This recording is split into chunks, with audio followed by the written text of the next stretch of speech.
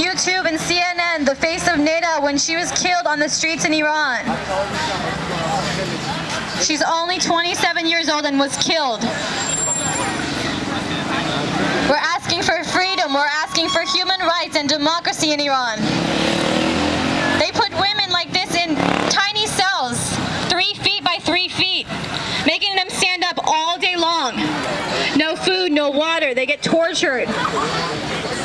She's like a mother. How can they imprison mothers? How can they imprison college students? It isn't right. It isn't human rights, and no, they don't abide by it at all. The UN doesn't say anything at all. We're trying to put pressure on the UN to speak out for all the students in Iran who are trying to speak out for their vote. They want freedom, human rights, and democracy. They're ripping lives apart by killing students, by putting them in prison, by imprisoning their moms, their fiancés, their sisters. They do it all at once. Sometimes they take their mom, they take their brother and their fiancé all at the same time. They torture them to get false confessions, give them long-term sentences, 10 years, 15 years. So by the time they're out of prison, they're like 35 when they're only 23. They're all college students, law students, civil engineering students. These are all bright kids just trying to ask for freedom and peace and human rights in their country, only to get persecuted by their government. This boy right here, his name is Sorab. His mother was a civil human rights activist.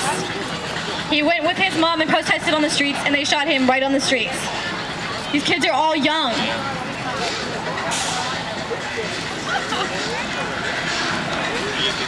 This boy, Mohsen, he was killed in prison while he was tortured.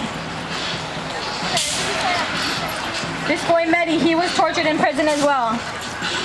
These are all killed students. We're asking you guys to raise awareness for yourselves, to contact the UN, Nabi Pillay especially.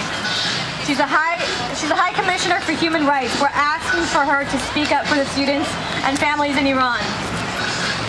They all want freedom, human rights, and democracy. There's nothing wrong with asking for that.